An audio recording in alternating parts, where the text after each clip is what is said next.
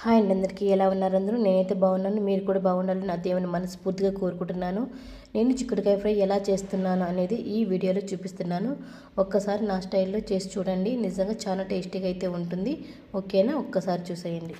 చిక్కుడుకాయలను అయితే నేను ఇలా అయితే కట్ చేసేసుకున్నాను.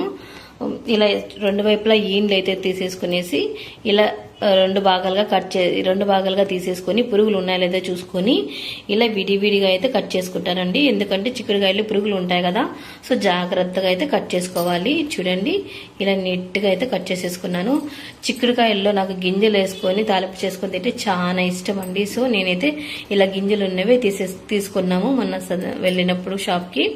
ఓకేనా? ఇంకా ఇప్పుడు ఆల్రెడీ పొయ్యి మీద అయితే నీళ్ళు అయితే పెట్టేసుకున్నాను. ఇంకా కడిగేసుకునేసి పొయ్యి మీద వేసేస్తాను. చూడండి, చిక్కుడుకాయలు తెచ్చుకున్నప్పుడు ఖచ్చితంగా నీట్గా అయితే విడిపించుకోవాలండి, లేకుంటే ఖచ్చితంగా పురుగులు అయితే ఉంటాయి. నేనైతే ఎప్పుడు కూడా రెండు భాగాలుగా చేసేసుకొని దాన్ని ఇలా అయితే కట్ చేసుకొని పెట్టుకుంటానండి. టేస్ట్ కూడా బాగుంటుంది. ఖచ్చితంగా పురుగులు అయితే ఒకటి రెండు అయినా ఉంటాయండి. నేనైతే మా అమ్మ అయితే నాకు ఇలానే చెప్పించింది. సో నేను ఎప్పుడు కూడా నీట్గా విడిపించుకొనేసి చేసుకుంటాను. ఎక్కువ తాలింపే చేస్తాను. మా శ్రీవారికి కూడా తాలింపు అంటే ఎక్కువ ఇష్టం. చపాతీ చేసి తాలింపు చేసుకొని తినడం అంటే తనకి చాలా ఇష్టం. సో తనకు నచ్చినట్టుగానే చేస్తాను ఎప్పుడు చేసినా కానీ. చూడండి, ఇలా గింజలు వేసుకుంటూ తింటే నాకైతే చాలా ఇష్టం. చిక్కుడుకాయల గింజలు చాలా టేస్టీగా ఉంటాయండి తాలింపులకైతే.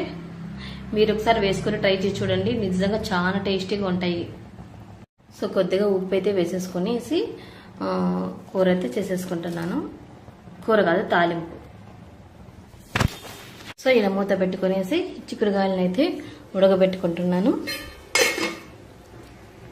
చిక్కుడుకాయ తాలింపుల కోసం అయితే నేను ఇలా రెడీ చేసుకున్నాను. ఇందులో ఏమేమి వేసానంటే చెనిగ్గింజలు, అలానే కారానికి తగ్గట్టుగా కారం పొడి, అలానే తెల్లగడ్డ, అలానే కొద్దిగా ఆల్రెడీ ఉడికేటప్పుడు కూడా కొద్దిగా ఉప్పు వేసుకున్నా కదా, ఇందులో కొద్దిగా సాల్ట్ అయితే వేసాను, టేస్ట్ కోసము కొద్దిగానే వేసాను.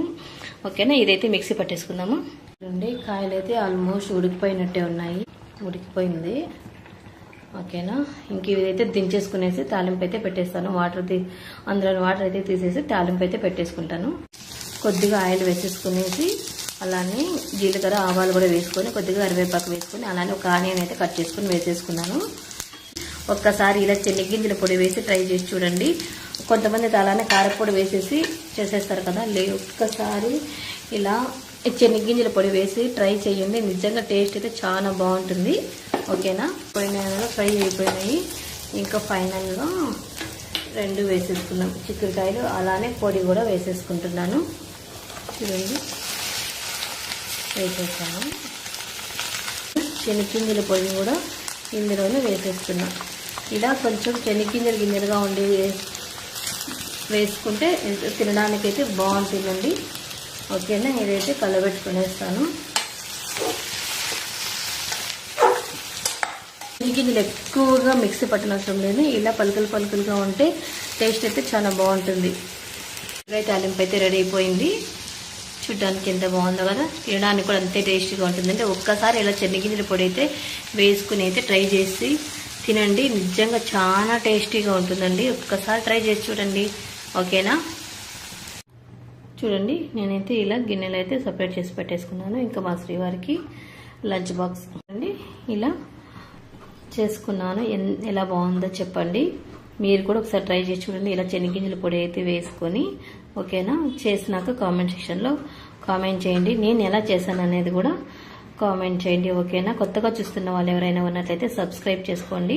చూడండి, మా శ్రీవారి కోసం చపాతీ అలానే తాలింపు అయితే బాక్స్ అయితే కట్టేశాను.